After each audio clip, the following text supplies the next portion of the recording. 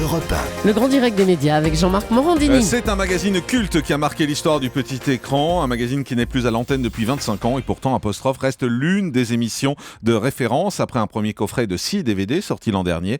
Bernard Pivot, l'animateur emblématique, remet ça avec un deuxième coffret et une nouvelle sélection de 12 émissions pour célébrer le 40e anniversaire de la création d'Apostrophe. Bonjour Bernard Pivot. Bonjour. Merci beaucoup d'être en direct avec nous sur Europe 1. Comment vous expliquez que ça reste culte à ce point-là, Apostrophe ?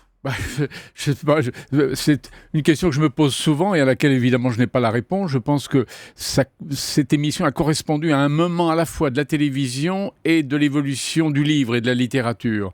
Et puis il y a eu une sorte de, comme on dit un peu vulgairement, une mayonnaise qui a pris et puis... j'ai fait évidemment des bonnes émissions, mais j'en ai fait aussi de mauvaises, mais on a oublié complètement celles qui étaient moins bonnes, et on a gardé cette nostalgie d'une émission littéraire qui réunissait entre 1 et 3 millions de téléspectateurs le vendredi soir. Pour poser une question un peu provocante, on peut être intelligent aujourd'hui encore à la télé ? Oui, surtout, franchement, oui, bien sûr. Non, mais il y a encore des émissions intelligentes, notamment sur le service public. Écoutez, franchement, même, je suis sûr que j'en trouverai aussi sur les télévisions privées. Non, il y a encore des émissions. C'est plus dur, non ? C'est peut-être plus dur pour les imposer, parce qu'il y a tellement de concurrence, tellement de chaînes, alors que fatalement, quand vous revenez du boulot, que vous êtes fatigué, vous allez plutôt vers la facilité, et non pas vers quelque chose qui demande votre collaboration. Apostrophe, c'était une émission qui demandait la collaboration des téléspectateurs, leur dire, voilà, prenez-vous en main et essayez de prendre du plaisir à écouter ces écrivains qui sont quand même parmi les personnes les plus intelligentes qu'on peut rencontrer, non ? Alors, je ne sais pas à quoi vous pensez quand vous parlez des émissions intelligentes, mais voilà, moi, un des premiers noms, parce que c'est le vendredi soir aussi, je pense à Frédéric Tadei et son émission Ce soir que jamais, ça fait 500 000, 600 000 téléspectateurs. Donc, c'est la faute des téléspectateurs, c'est la faute du public, finalement, qui réclame plus ce type d'émission, qui est plus intéressé ? Non, parce qu'il y a une concurrence, encore une fois, qui est beaucoup plus redoutable, notamment le vendredi soir. Si Apostrophe était programmé aujourd'hui, je ne pense que je ne ferais pas le nombre de millions de téléspectateurs que je faisais à l'époque, c'est évident. Mais voilà, une émission quand même qui est intelligente, parce qu'elle fait appel à des écrivains, à des intellectuels qui viennent dire ce qu'ils pensent de l'actualité. Mais quand vous voyez Michel Field aussi, je pense à lui, qui est diffusé sur TF1. Mais c'est très tard, lui. Voilà, mais justement, on la repousse super tard. Ah bah oui, non, mais alors ça, à mon avis, c'est dramatique. Là, on se donne bonne conscience en mettant à l'antenne une émission littéraire, une vraie émission littéraire, mais à une heure où personne, évidemment, ne va la voir. Parler de livres, est-ce que c'est quelque chose de télégénique ? Oui, la preuve, c'est que je l'ai montré. Alors là, franchement, pendant 28 ans, Mais c'est télégénique aujourd'hui encore ? En 2014, au moment des réseaux sociaux, des Twitter, du zapping ? Mais bien sûr, il suffit simplement de le vouloir. Mais il y a encore l'émission de Bunel, La Grande Librairie. C'est une émission aussi qui passe à une très bonne heure et qui montre que l'on peut aussi parler avec intelligence des livres. Ouais, c'est le jeudi soir sur France 5 en prime, cette émission. On a aujourd'hui une ministre de la Culture qui dit qu'il ne lit pas. On a Xavier Bertrand qui également... Non, elle n'a pas dit qu'elle ne lisait pas. Elle a dit qu'elle n'avait pas le temps elle n'a plus le temps de lire depuis qu'elle est ministre, au fond, c'est ça. Voilà. Il y a Xavier Bertrand aussi qui dit qu'il n'a plus le temps de lire. Non, mais les hommes politiques ne lisent plus aujourd'hui, ils ne lisent plus de littérature. C'est un problème ?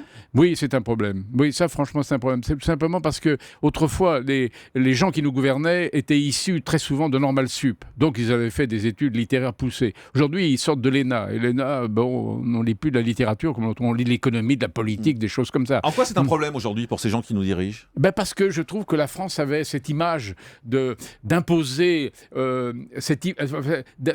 des hommes politiques qui avaient cette culture littéraire, rappelez-vous de la Troisième République, Léon Blum, Édouard Herriot, Poincaré, et puis De Gaulle, Pompidou, auteur d'une anthologie. François Mitterrand, il est dans la cassette. Vous imaginez que dans cette cassette, enfin dans un des DVD, il y a un dialogue entre François Mitterrand et Patrick Modiano, qui vient d'obtenir le prix Nobel de littérature. Est-ce que c'est possible aujourd'hui ? Non. Émission de 79 autour de François Mitterrand, 3 ans avant la présidentielle, et vous lui avez d'ailleurs laissé le choix à ce moment-là des autres invités. C'est lui qui avait choisi les gens. Il y avait Michel Tournier, il y a Paul Guimard Alors, ce qui est extraordinaire, c'est quand évidemment j'ai regardé, j'ai choisi toutes ces émissions. Le grand plaisir, c'est de retrouver des gens que nous avons lus aimés et qui ont disparu. Hervé Bazin, Françoise Sagan, Paul Guimard ou des grands intellectuels comme Vladimir Jankélévitch, comme François Furet, comme Roland Barthes.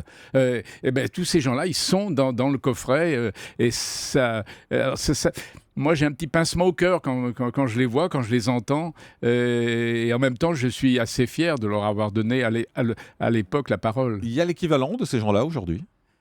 Oui, regardez Modiano. Il est toujours là. Il est toujours là. Mais est-ce qu'il y a l'équivalent dans les nouveaux, dans la nouvelle génération? Vous trouvez qu'il y a des gens de ce niveau? Oui, Carrère et Schnoz, ce sont des écrivains très, très prometteurs.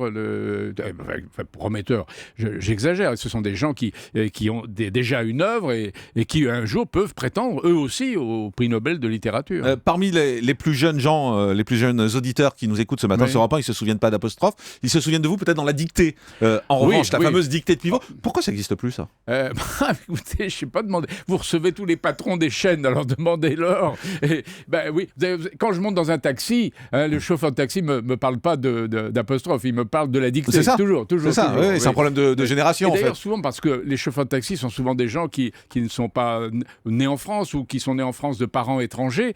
Et pour eux, la dictée a été quelque chose de très important parce que c'était ce qui les liait par cet exercice à la langue française. Et vous auriez envie, vous, que ça revienne? Pas. Vous êtes demandeur? Moi non pas. C'est fini. Pourquoi c'est fini? Non, parce que moi j'ai pris ma retraite. À un moment, j'ai dit adieu à la télévision. Je trouve que j'ai passé 28 années merveilleuses, même 4 de plus avec double jeu. Et puis à un moment, il faut savoir s'arrêter, passer le flambeau à des plus jeunes. Et puis j'ai changé de vie. Maintenant, c'est moi qui écris des livres. Ouais, mais vous pensez pas avec votre expérience, on a besoin de valeur à la télévision. Quand vous voyez, vous regardez Drucker, par exemple, qui continue. Les gens l'adorent parce qu'il y a cette affection, il y a ce besoin de voir des gens qui ont marqué la télé, qui véhiculent des valeurs. L'ambition de Drucker, et c'est une ambition légitime, c'est de mourir à la télévision en direct. Mais moi, pas du tout. Moi, j'ai plutôt envie de mourir dans mon lit. Voilà. Quand vous voyez une nouvelle génération d'animateurs qui n'ont pas ce background, qui n'ont pas cette culture, vous dites pas qu'il y a de la place pour vous? Non, pas du tout. Non. C'est quelque chose que j'ai décidé un jour d'arrêter la télévision. J'ai pas de nostalgie, j'ai pas d'aigreur, j'ai pas de ressentiment pour personne. C'est un choix, je trouve judicieux que j'ai fait, un choix en mon âme et conscience. Et je n'ai évidemment aucun regret d'avoir abandonné la télévision à ce moment-là et de ne plus faire de dictée. J'ai fait la dictée pendant 20 ans. Écoutez, quand même, on peut passer le flambeau à quelqu'un d'autre. À qui? Je sais pas à qui vous voulez. Pourquoi pas à vous, si vous voulez. Si vous êtes bon en dictée, si vous êtes bon en orthographe. Je suis loin d'avoir votre niveau et votre culture, c'est clair. Un mot quand même concernant la télé d'aujourd'hui, vous l'aimez? Oui, bien sûr. Oui, enfin, j'aime pas tout. Non, mais globalement, vous l'aimez plutôt? Oui, parce qu'on choisit. On choisit ce que l'on veut. Vous êtes libre. Vous êtes devant votre poste. Vous avez quand même votre appareil qui vous permet de couper le sifflet à celui qui ne vous plaît pas et de passer sur une autre chaîne. Donc, bien sûr, il y a plein de choses que moi, j'aime bien. J'adore regarder des magazines. J'adore regarder des matchs de football, vous vous en doutez bien. Le journal de 20 heures. En revanche, je n'ai pas le temps de regarder ni les téléfilms, ni les films, ni les émissions de variété, etc. Et je suis surpris en revanche de vous voir tweeter. Je trouve que tweeter, c'est un nombre de signes réduit. Et vous adorez ça, vous tweetez beaucoup. Ah oui, beaucoup. Ouais, je vous suis, moi, je vois, il y a beaucoup de tweets. Mais oui, mais parce que c'était un exercice formidable, un exercice, savoir résumer sa pensée, un souvenir, un sentiment en 140 signes, c'est un exercice intellectuel très intéressant.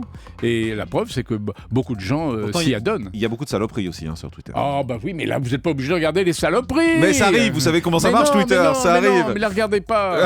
Et les selfies, vous aimez ça? Non, moins ça. Oui, évidemment, on me demande des selfies. Vous les faites? Moi, je préfère là aussi les autophotos. Les Québécois, ils disent autophotos. C'est quand même mieux que selfie. Le grand direct des médias, Jean-Marc Morandini.